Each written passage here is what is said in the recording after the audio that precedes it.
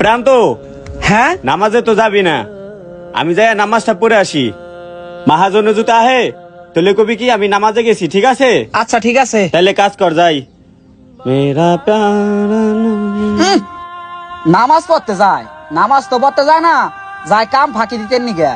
উনি যায় নামাজ পড়বো আর আমাকে দিয়া সব কামটি করাইবো। আবার যদি মাসটা যায় তাহলে বেতনটা নিতেন নিগে জায়গা পাগল হইয়া। মাহাজন আজকে আহুক, এমন কান পড়া দিমু মাস শেষে বেতন তো দূরের কথা, চাকরি থাকবো না। দিলাম আর কিছু বুঝে না, দিলাম এই নাম। দিলাম আর কিছু বুঝে না, যাক, আজকের পর থেকে এই গ্যারেজের মালিক আমি। আমার বাপে তো আর এই গ্যারেজ যাইবো না, এই গ্যারেজের মালিক হন থেকে আমি। আমার নামে দলিল করে দিয়েছে, বুঝোস নাই? খালি ব্যবসাটা হন আমি বুঝে নিলিব, বুঝছোস? আসসালামু আলাইকুম ভাই। ওয়ালাইকুম আসসালাম। আপনি এই সময় গ্যারেজে? জি, এখন থেকে এই গ্যারেজে আমিই থাকবো, কারণ আমার আব্বা এই গ্যারেজটা আমার নামে দলিল করে দিয়েছে, বুঝছো? মাশাআল্লাহ, শুনে খুশি হইলাম। আপনার বাপে আপনার এই বয়সে একটা ব্যবসা ধরাই দিছে, অনেক খুশি হইলাম ভাই। এই গ্যারেজে না একটা মিস্ত্রি আসলো, ওই মিস্ত্রিটা কোথায়? ওনারা যে জায়গায় দেখতেছি না, উনি গেল কই?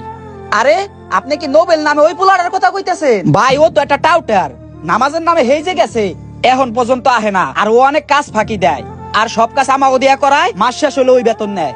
কি? এই গ্যারেজে কোনো টাউটারি মাউটারি চলবো না, এই গ্যারেজের মালিক এখন থেকে আমি। টাউটারি মাউটারি করলে আমার গ্যারেজে আমি রাখবো না, ঠিক আছে? ও আসুক, ও আসলে আমার ওই জায়গায় পাঠাই দিও। এ আয়। ভাই ভাই ভাই, দাঁড়ান দাঁড়ান, যাইয়েন না। ওই যে দেখেন আইতাছে, দেখেন না কেমনে আড়ে, এক কাজ সামনে আড়লে আরেক কাজ পিছে আড়ে, এল্লা ডুল্লা আড়ে। এটা হলো ওর কাজের ফাঁকি, বুঝছেন? ও সবটা সময় এমন করে ভাই। হওয়ার আড়ার স্টাইল দেখলে তো বোঝা যায় কাজ ফাঁকি দেওয়ার আড়াইটা। ও আহু গাইস কে? ভাই, আপনি আর সময় এই জায়গায় কোনো দরকারি কাজ? দরকারি কাজ হোক বা না হোক, তোমাকে এই গ্যারেজে রাখা হয়েছে না কাজ করার জন্য?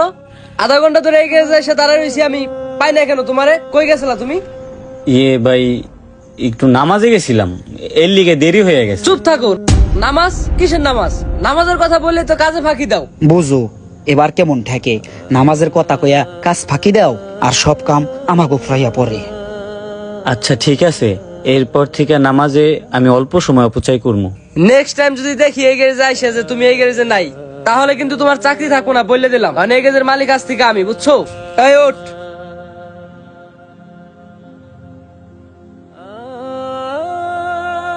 তোমার ব্যাপারটা ভালো লাগছে, আইসা তোমার কাজে পাইছি। সামনের মাস থেকে তোমার বেতন বাড়াই দিব, ভালো করে কাজ করো।